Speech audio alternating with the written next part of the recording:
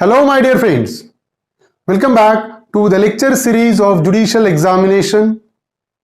Today, we are going to discuss first part of Jurisdiction of Criminal Courts under Criminal Procedure Code 1973, in which we will discuss Section 177 to Section 182, which is the first part of jurisdiction of criminal courts. तो section 177 से लेकर section 182 तक हम आज discuss करने वाले हैं, जो कि डील करता है कि कब और कौन से कोर्ट को किसी क्रिमिनल मैटर में जुरिस्डिक्शन होगा और कौन सा कोर्ट केस चला नहीं सकता या कौन सा कोर्ट केस चला सकता है, जुरिस्डिक्शन किसको रहेगा। ये आज के फर्स्ट पार्ट में हम इतने सेक्शन डिस्कस करेंगे। साथ ही साथ हम डिस्कस करेंगे इस पर पूछे गए क्वेश्चन और ऐसे क्वेश्चन जो एग्जामिनर इस पर पूछ सकता है। So without wasting your much time, let's start the topic.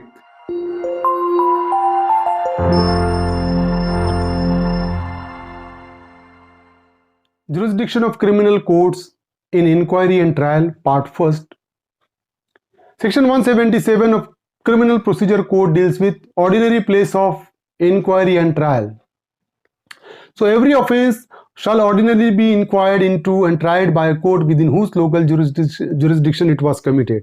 So the court is having a power to try the case in whose local jurisdiction the offense is committed. Suppose the offense is committed in a particular area.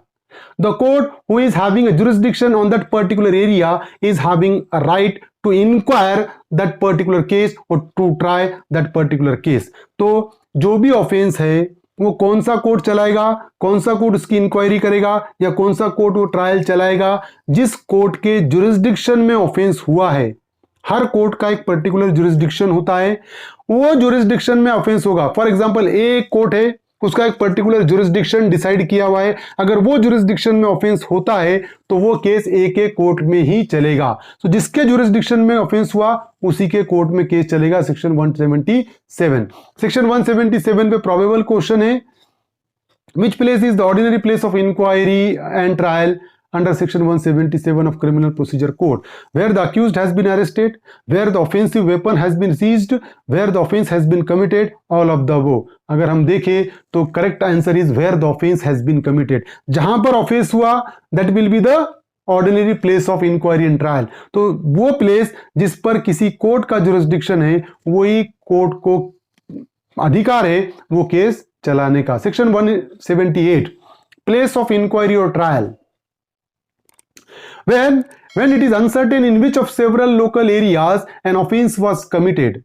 Suppose if there is a confusion, if there is uncertainty regarding which of the several local areas the offense has been committed, in which area the offense has been committed, it is uncertain कि ये uncertain है कि exactly कौन से local area में offense हुआ है।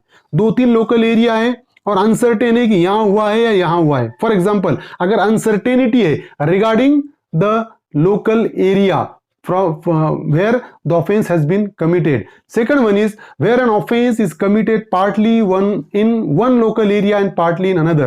Suppose if the offense has been committed partly in one local area and partly in another local area. अगर offense ऐसा है कि जो offense का कुछ पार्ट एक लोकल एरिया में हुआ और कुछ पार्ट दूसरे लोकल एरिया में हुआ, अगर ऐसी सिचुएशन है।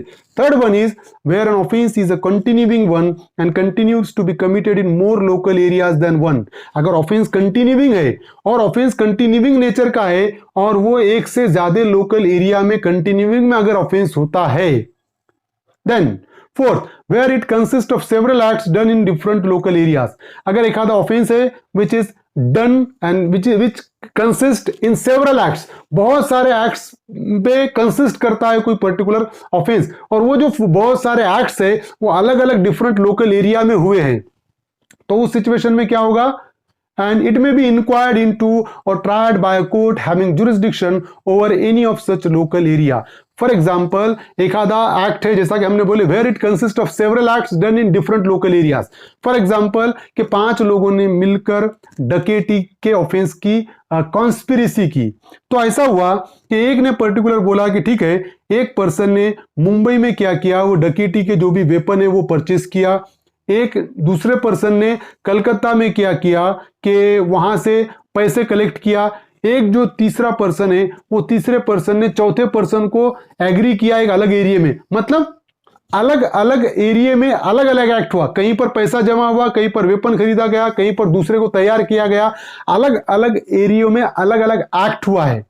तो अब इस सिचुएशन में, और डकैती और कोई और एरिया पे अगर डकैती हुई है, इस सिचुएशन में क्या होगा कि प्लेस ऑफ इंक्वायरी और ट्रायल कौन सी होगी। तो यहां पर क्लियरली मेंशन किया हुआ है, it may be inquired into और tried by a court having jurisdiction over any of such local area. तो उस सिचुएशन में इन लोकल एरिया में से कोई भी एक लोकल एरिया में केस चल सकता है। उस लोकल एरिया का जो मैजिस्ट्रेट है, जिसको जुरिसडिक्शन है वो लोकल एरिया पे, वो केस चला सकता है।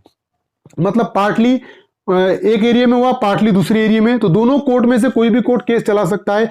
4 कोर्ट है जिसके अलग अलग एरिया में अलग अलग एक्ट हुआ है और वो चारों को मिला के एक ऑफेंस हुआ है, तो चारों कोर्ट में से कोई भी कोर्ट उस पर्टिकुलर एक्ट को ट्राई कर सकता है। फॉर एग्जाम्पल देखिए, Peter injures John in Jodhpur and due to which John dies in Pali. तो पीटर ने जॉन को इंजोर किया जोधपुर में, और जिसके वजह से जॉन कहां पर जॉन की डेथ होगी, पाली में जाकर जॉन की डेथ होगी। तो इंजोर्ड कहां हुआ, जोधपुर में हुआ, लेकिन वो इंजरी की वजह से डेथ कहां हुई, पाली में उसकी डेथ हुई। So Peter can be tried whether in Jodhpur or Pali in the court of competent court jurisdiction. समझ रहे हो क्या होगा कि जो पीटर है वो उसकी ट्रायल या उसकी इंक्वायरी जोधपुर में भी हो सकती है या पाली में भी। जो जोधपुर का कोर्ट है उसको भी पावर है उसको ट्राई करने का, और जो पाली का कोर्ट है उसको भी पावर है वो ट्राई करने का, क्योंकि ये दोनों एरियो में वो ऑफेंस हुआ है। क्योंकि जो इंजोर हुआ है जॉन, वो जोधपुर में हुआ है और वो इंजरी के कारण उसकी पाली में डेथ हुई है, तो ऑफेंस जोधपुर और पाली दोनों में हुआ है। तो इस सिचुएशन में दोनों में से कोई भी कोर्ट केस चला सकता है। Section 179, offense tribal where act is done or consequences ensues. So when an act is an offense by reason of anything which has been done and of a consequences which has ensued. Suppose if the offense has been done in a particular area and the consequences of that offense arise in the different area. समझ रहे हो कि offence एक area में हुआ और उसके नतीजे, उसके कारण, उसका परिणाम अगर दूसरे एरिया में होता है तो सिचुएशन क्या होगी। The offense may be inquired into or tried by a court within whose local jurisdiction such thing has been done or such consequences has ensued. Suppose if the offense has been committed under the local jurisdiction of court A and the consequences of that offense has been arised in the local jurisdiction of court Y. समझ रहे हो कि offence कहां हुआ, court ए के jurisdiction में offence हुआ और उसके परिणाम कहां पाए गए, कोर्ट एक्स के जुरिसडिक्शन में। तो अब दो कोर्ट है, एक पे ऑफेंस हुआ, दूसरे के इसमें परिणाम पाए गए वो ऑफेंस के। तो उस सिचुएशन में क्या होगा, द ऑफेंस में बी इंक्वायर्ड इनटू और tried by court within whose local jurisdiction such thing has been done और सच कॉन्सिक्वेंसेस हैज इंश्योर्ड। तो ए भी कोर्ट चला सकता है वो केस को और एक्स भी कोर्ट उस केस को चला सकता है। जहां पर परिणाम हुए वहां पर भी, जहां पर कॉन्सिक्वेंसेस अराइज हुए वो कोर्ट भी चला सकता है, और जहां पर ऑफेंस हुआ वो कोर्ट भी चला सकता है। समझ रहे हो, दोनों में से कोई भी कोर्ट चलाएगा। For example, Peter is wanted within the local limits of jurisdiction of court X and dies within the local limits of jurisdiction of court Z. तो पीटर जख्मी हुआ कौन से कोर्ट के जुरिसडिक्शन में, कोर्ट एक्स के jurisdiction में, और उसकी जाके डेथ हो गई किसके जुरिसडिक्शन में, कोर्ट जेड के जुरिसडिक्शन में। मतलब इंजुरी कहां हुई, कोर्ट एक्स के जुरिसडिक्शन में, और कॉन्सिक्वेंसेस कहां राइज हुए, उसकी डेथ कहां हुई, कोर्ट जेड के जुरिसडिक्शन में। सो इस सिचुएशन में क्या हुआ, the offence of culpable homicide of Peter may be inquired into tried either bye x और जेड। तो कल्पेबल होमिसाइड का जो ऑफेंस है, तो वो पीटर के जो कल्पेबल होमिसाइड हुई तो उसकी इंक्वायरी, उसका ट्रायल कोर्ट एक्स में भी चल सकता है या जेड में चल सकता है। दोनों में से कोई भी कोर्ट वो केस चला सकता है। Another example is that in Ram Pratap versus State, that is a particular case, the Rajasthan High Court held that if a girl is kidnapped within the jurisdiction of one court and then raped within the jurisdiction of another court, कि girl को एक court में kidnap किया गया, jurisdiction में, एक court के jurisdiction में किडनैप किया गया और दूसरे कोर्ट के जुरिसडिक्शन में उसका रेप किया गया। समझ रहे हो, तो क्या होगा उस सिचुएशन में, since it is a part of the same transaction, क्योंकि किडनैपिंग से लेके रेप ये this is a part of the same transaction, एक ही ट्रांजेक्शन का पार्ट है। The accused can be tried for both the offence by the same court. So kidnapping plus rape का जो charges है वो राजेश वो जो है ना कि जो जहां पर किडनैप हुआ वहां पर भी चल सकता है या जहां पर रेप हुआ वहां पर भी चल सकता है। दोनों कोर्ट में से कोई भी कोर्ट दोनों ऑफेंस का ट्रायल हेल्ड कर सकता है। Kidnapping with rape like that, समझ रहे हो। Now section 180, place of trial where act is an offence by reason of relation to other offence. When an act is an offense by reason of its relation to any other act which is also an offense or which would be an offense if the doer were capable of committing an offense. तो when an act is an offense, अगर कोई act offense है किससे, by reason of its relation to any other act which is also an offense. एक offense है, क्यों offense है वो, क्योंकि उसका दूसरे act से relation है, जो वो act भी offense अगर है, और which would be an offense if the doer were capable of committing an offense. The first mentioned offense may be inquired into or tried by a court within whose local jurisdiction either act was done. So the first mentioned offense may be inquired into or tried by a court within whose local jurisdiction either act was done. For example, abatement to commit the crime was done in Bhopal and such crime was committed in Indore. तो एक offence का abetment हुआ भोपाल में और वो abetment के चलते offence हुआ इंदौर में। So abetment to commit an offence, तो अबेटमेंट किसी ऑफेंस का अबेट करना, इंस्टिगेट करना, ये भी एक ऑफेंस है, और वो अबेटमेंट के चलते वो ऑफेंस हुआ। तो अबेटमेंट कहां हुआ, भोपाल में हुआ, और एक्चुअल ऑफेंस कहां हुआ, इंदौर में हुआ। Then such abatement or crime can be inquired or tried at any local place whether at Bhopal or Indore. तो अबेटमेंट प्लस क्राइम, अबेटमेंट का ऑफेंस और जो ऑफेंस हुआ है वो दोनों ऑफेंस या तो भोपाल में या इंदौर में चल सकते हैं। दोनों कोर्ट को पावर है उस केस को चलाने का, समझ रहे हो। भले अबेटमेंट कहां हुआ, भोपाल में हुआ, ऑफेंस कहां कमिट हुआ, इंदौर में। तो ये दोनों ऑफेंस, अबेटमेंट प्लस ऑफेंस, ये दोनों ऑफेंस कहां पर चलेंगे, या तो भोपाल में या इंदौर में। दोनों कोर्ट को ये पावर है। Section another example is that a charge of receiving or retaining stolen goods may be inquired into or tried either by the court within the local limits of whose jurisdiction the goods were stolen or by any court within the local limits of whose jurisdiction any of them were at any time dishonestly received or retained. A charge of receiving or retaining stolen goods may be inquired. अगर किसी पे charge है, क्या charges है, कि उसने चोरी का गुड्स अपने पास रखा, ये पता होते हुए कि वो चोरी के है, तो ये कहां पर, मे बी इंक्वायर्ड इनटू और tried either by the court. कोई भी, दोनों कोर्ट में से कोई भी कोर्ट चला सकता है। एक तो कोर्ट जिसके लोकल लिमिट्स में वो गुड्स की चोरी हुई वो, या जिसके लोकल लिमिट्स में वो चोरी का माल पर्सन ने रिसीव किया। दोनों कोर्ट में से कोई भी कोर्ट उस केस को चला सकता है। समझ रहे हो कि एक कोर्ट के जुरिस्डिक्शन में चोरी हुई, दूसरे कोर्ट के जुरिस्डिक्शन में वो गुड्स को रिसीव किया गया है। तो अगर पर्सन पे चार्जेस है कि उसने चोरी का माल रिसीव किया, तो वो जो ऑफेंस है वो दोनों कोर्ट में से कोई भी कोर्ट में चल सकता है। Section 181, place of trial in case of certain offences.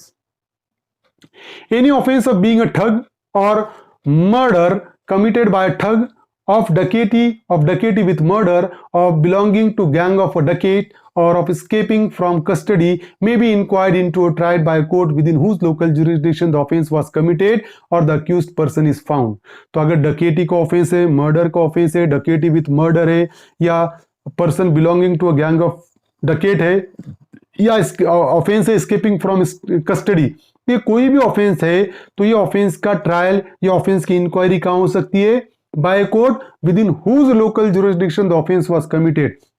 जिस कोर्ट के लोकल जुरिस्डिक्शन में ये ऑफेंस हुआ है, मर्डर रहने दो या डकैती रहने दो या कस्टडी से भागना रहने दो या belonging to gang of dacoit रहने दो, ये ऑफेंस जिस कोर्ट के लोकल जुरिस्डिक्शन में हुआ है वो कोर्ट को उस केस को चलाने का अधिकार है। Or the accused person is found, और जिस कोर्ट के जुरिस्डिक्शन में अक्यूज्ड पर्सन मिला वो कोर्ट को भी अधिकार रहेगा केस चलाने का। Second one is any offense of kidnapping or abduction of a person may be inquired into or tried by a court within whose local jurisdiction the person was kidnapped or abducted or was conveyed or concealed or detained. अगर offense of kidnapping या abduction है, अगर होता है तो कौन से court को अधिकार है चलाने का, जिस कोर्ट के जुरिस्डिक्शन में किडनैपिंग का ऑफेंस हुआ या अबडक्शन का ऑफेंस हुआ वो कोर्ट को पावर है वो केस चलाने का। या किडनैप करके अगर दूसरे एरिया में ले जाया गया किसी पर्सन को, तो जो एरिया में ले जाया गया किडनैप करके वो पर्सन को, वो कोर्ट को भी पावर है केस चलाने का, या जहां पर डिटेन किया गया, जिसके लोकल जुरिस्डिक्शन में वो किडनैप किए हुए पर्सन को डिटेन किया गया, वो कोर्ट को भी पावर रहेगा केस चलाने का। Third one is any offense of theft, extortion or robbery may be inquired into or tried by a court within whose local jurisdiction the offense was committed, or the stolen property which is the subject of the offense was possessed by any person committing it, or by any person who received or retained such property knowing or having reason to believe it to be stolen property। कि अगर offence of theft होता है या extortion होता है या robbery होता है तो कौन से कोर्ट को पावर रहेगा केस चलाने का, कि जिसके जुरिस्डिक्शन में, जिस कोर्ट के जुरिस्डिक्शन में चोरी हुई, एक्सटॉर्शन हुआ, रॉबरी हुआ, वो कोर्ट को उस केस को चलाने का अधिकार है। या वो जो प्रॉपर्टी चोरी हुई, जो थेफ्ट में हुई या एक्सटॉर्शन में या रॉबरी में, वो प्रॉपर्टी जहां पर भी पजेस किया किसी पर्सन ने, या कोई पर्सन ने वो स्टोलन प्रॉपर्टी रिसीव किया, तो जिस लोकल जुरिस्डिक्शन में वो स्टोलन प्रॉपर्टी पर्सन रिसीव करेगा, वो कोर्ट को भी पावर रहेगा वो केस चलाने का। Fourth one is any offense of criminal misappropriation or of criminal breach of trust may be inquired into or tried by a court within whose local jurisdiction the offense was committed, or any part of the property which is the subject of the offense was received or retained or was required to be returned or accounted for by the accused person। कि अगर कोई property है कि जिससे related criminal misappropriation या criminal breach of trust का offence होता है, तो कौन से कोर्ट को पावर रहेगा केस चलाने का, जिस कोर्ट के जुरिस्डिक्शन में वो ऑफेंस हुआ है, और any part of the property which is the subject of the offence was received और रिटेन, और ऐसे कोर्ट को जुरिस्डिक्शन रहेगा वो केस चलाने का कि जिसके जुरिस्डिक्शन में क्रिमिनल मिसअप्रोप्रिएशन का ऑफेंस हुई हुई प्रॉपर्टी रिटेन की गई है, डिटेन की गई है, उस कोर्ट को भी पावर रहेगा केस चलाने का। Fifth one is any offense which includes the possession of stolen property may be inquired into or tried by a court within whose local jurisdiction the offense was committed, or the stolen property was possessed by any person who received or retained it knowing or having reason to believe it to be stolen property।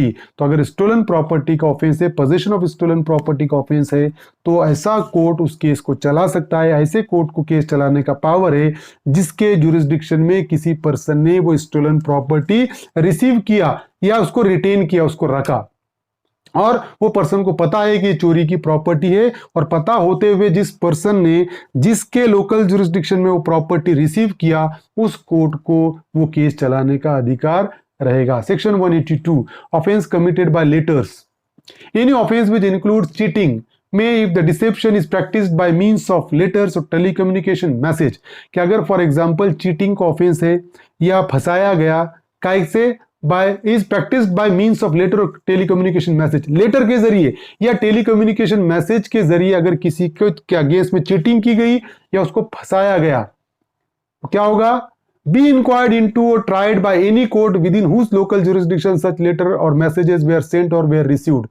तो वो case कौन चलाएगा, जिसके local jurisdiction में से वो letter Saint हुआ या जिसके लोकल जुरिस्डिक्शन में वो लेटर रिसीव हुआ, जहां से सेंट हुआ या जहां रिसीव हुआ, दोनों कोर्ट में से कोई भी कोर्ट उस चीटिंग के ऑफेंस को चला सकता है जो चीटिंग का offence by way of letter या टेलीकम्युनिकेशन मैसेज हुआ है।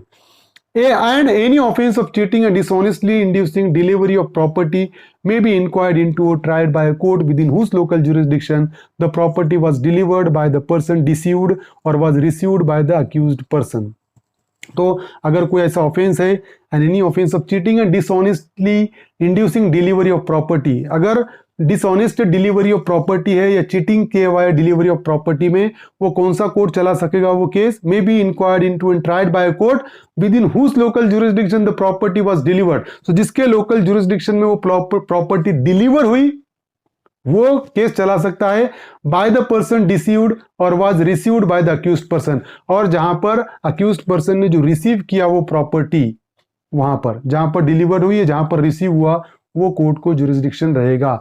Any offence punishable under section 494 and section 495 of Indian penal code 1860 may be inquired into और tried by a court within whose local jurisdiction the offence was committed or the offender last resided with his or her spouse by the first marriage or the wife by the first marriage has taken up permanent residence after the commission of the offence. तो अगर for example 495 या 494 या 495 का offence है, bigamy का offence है, तो ऐसे ऑफेंस को ट्राई कौन करेगा? May be inquired to tried by a court within whose local jurisdiction the offence was committed. तो जिसके लोकल जुरिस्डिक्शन में बाइगमी का ऑफेंस हुआ, वो कोर्ट को ट्राई करने का पावर है। Or the offender last resided with his or her spouse by the first marriage. जो पहली मैरिज थी वो वाइफ के साथ, जो ऑफेंडर है वो लास्ट जहां पर उसके साथ रहा होगा, वो कोर्ट को भी जुरिस्डिक्शन रहेगा केस चलाने का। फॉर एग्जांपल कि एक पर्सन है कि जिसने दूसरी मैरिज किया, पहली मैरिज एग्जिस्टेंस में रहने के साथ, तो बाइगमी का ऑफेंस हुआ। तो जहां पर दूसरी मैरिज किया, जहां पर उसने दूसरी मैरिज किया, बाइगमी का ऑफेंस जहां हुआ, वो कोर्ट को जुरिस्डिक्शन है ट्राई करने का। साथ ही साथ लास्ट में अपनी पहली वाइफ के साथ जहां पर रहा, वो कोर्ट को भी जुरिस्डिक्शन है ट्राई करने का। और the wife by the first marriage has taken a permanent residence after the commission of the offence. या ऑफेंस होने के बाद, बाइगमी का ऑफेंस होने के बाद, जो पहली उसकी वाइफ थी वो अगर कोई एरिया में परमानेंट रेसिडेंस रहती है, वहां पर जाकर परमानेंटली रह जाती है, तो वो एरिया में भी वो कोर्ट को भी जुरिस्डिक्शन रहेगा वो केस चलाने का। So this is the first part of place of inquiry and trial. I hope you understand this topic. If you understand this topic, please subscribe my channel, hit the notification button, hit the like button, and share this video with your friends. Thank you very much.